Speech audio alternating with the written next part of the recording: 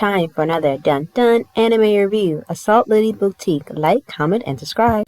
50 years ago, mysterious creatures known as the Cubed suddenly appeared all over the world, posing an existential threat to humanity. To defend against these menace, soldiers in the form of teenage girls known as Lily use the energy Magi within their bodies to power the weapons called Counter Huge Arm, or Charm for short.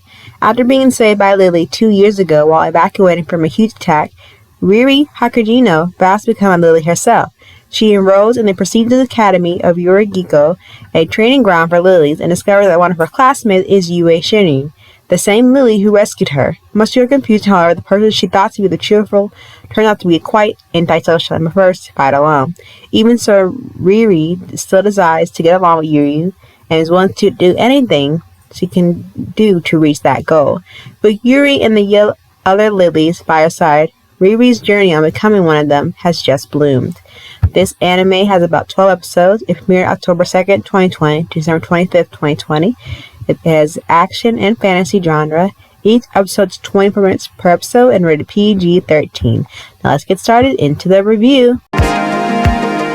One thing that I like about Lily, the Assault Lily Boutique, is that to get the underlying storyline and plot of it, you have to understand what the term Lily actually means in the story. And for the concept of this, Lily, students join in the school to follow the person that saved her, Yuri Shigeru. However, the story is a little more complicated than that. We need to understand the concept of the term Lily, charms, huge, garden, rare skills, Legion, and Shugel.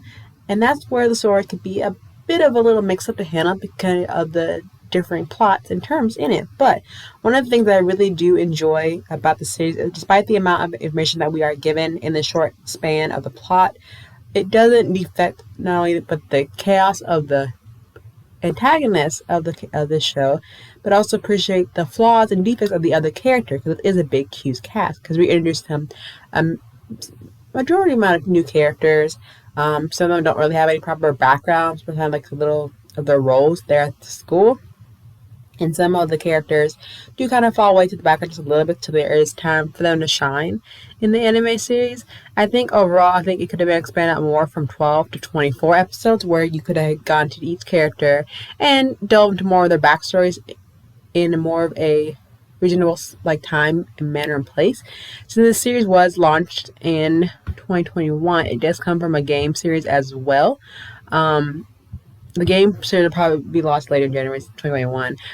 But I think the more reason to explain the condensed information into episodes, because despite these problems, the series can be very enjoyable if you spend more time trying to understand the plot. On the other hand, it's very exciting, and the most interesting part about Assault Lily Banquet is that one of the storylines here is following the two main characters of their backstory and how they interlude with each other and how they met and then where they are now.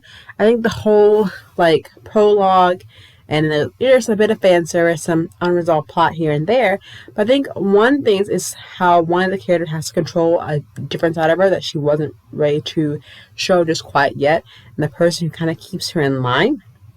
You can see that darkness develop over the series, and it makes the pacing of the story much more exciting.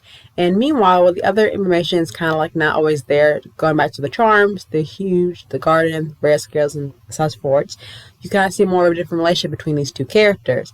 Now, basically, Assault Lily Banquet does a good job of building up these intriguing plot lines and having these cool mysteries. And the visuals are stunning. The character design and some of the charm design as well is really good, along with the background setting and plot where it reaches the rising climax of it is amazing, and the ending stunning. I think also the sound, the OP and the end sound, are very stunning. It goes really go well with the anime as well as the composition and rhythm. I think we have to compare a similar story like this to Gumball, to Matsugo, showing the schoolgirl, and I think overall, it could be mistaken just like that, but it's really different. It tries to be, the visuals stand out from the rest, and the job does it really stunning. I think overall the relationship between these two animes is that it does a good job with catching you into the very first episode, into the get-go, without avoiding being compared to other anime. And I think what sets it apart differently is each of the characters have their own different styles and perspective and personality that makes them stand out from this big group that we're introduced to the early seasons.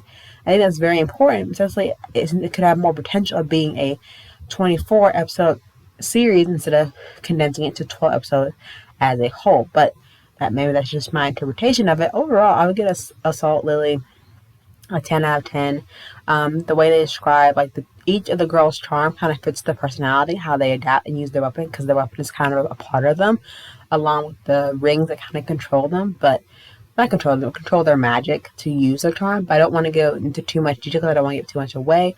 But I will definitely check out the main characters and the background characters, because they're also very important, along with their CGI fights. Is really intense but really good. It did keep me on the edge of my seat, and I just loved it overall. The series just blew my mind. Even though the story can be a little mix up here and there, it's a really good story overall, and the darkness and the light balance out each other really well. And I think this series has good hopes for it if they ever want to give it a second series. But if not, the first series was lovely. It was fine. It was wonderful, and I really enjoyed it to the fullest. And I can't to see what they do next with it. If not, or maybe hopefully turn into a manga. But we'll have to see in the later future.